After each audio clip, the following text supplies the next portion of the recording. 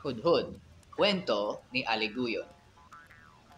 Isang araw sa nayon ng Hananga, isang sanggol na lalaki ang isinilang sa mag-asawang Amtalaw at Dumulaw. Ang pangalan niya ay Aliguyon. Siya ay matalino at masipag matuto ng iba't ibang bagay. Katunayan, ang napag-aralan niyang mahahalaga mula sa mga kasaysayan at parangal ng kanyang ama ay marami.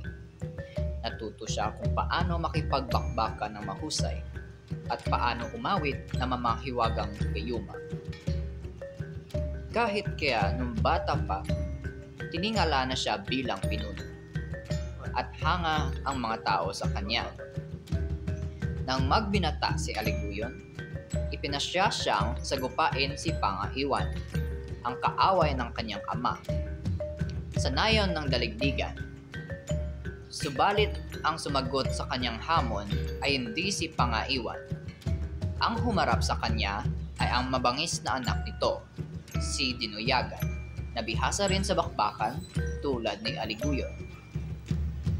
Hindi na aling pinukol ni Aliguyon ng sibat si Dinuyagan, kasing bilis ng kidlat.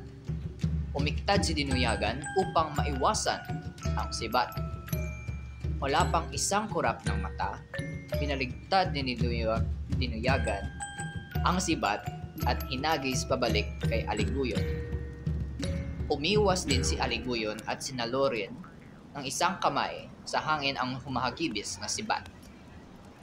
Pinaliktad din at ipinukol uli kay Dinuyagan. Pabalik-balik at walang tigil, naghagisan at nagsaluhan ng sibat si Aliguyon at Dinuyagan. Umabot na ng ilang taon ay hindi pa rin tumigil ang bakbakan at walang nagpakita ng pagod o pagsuko sa dalawa. Subalit sa bangis at dahas ng kanilang paghahamok, kapwa nilang humanga sa gitig at husay ng kalaban at pagdakay natuto silang igalang ang isa't isa. Biglang-bigla, tumigil sina Aliguyon at Dinuyagan at sa wakas ay natigil ang bakbakan.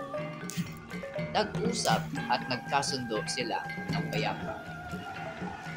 Buong lugod na sumang-ayon ang lahat ng tao sa nayon ng Hananga at daligdigan at ipinagdiwang sila na magkakaibigan ang dalawa. Sa paglawak ng katahimikan, umunlad ang dalawang nayon. Naging matalik na magkaibigan sina Aliguyon at Dinuyagan.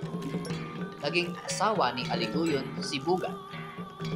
Samantalang, napangasawa naman ni Dinuyagan ang kapatid na babae na si Aliguyon, si Aginaya.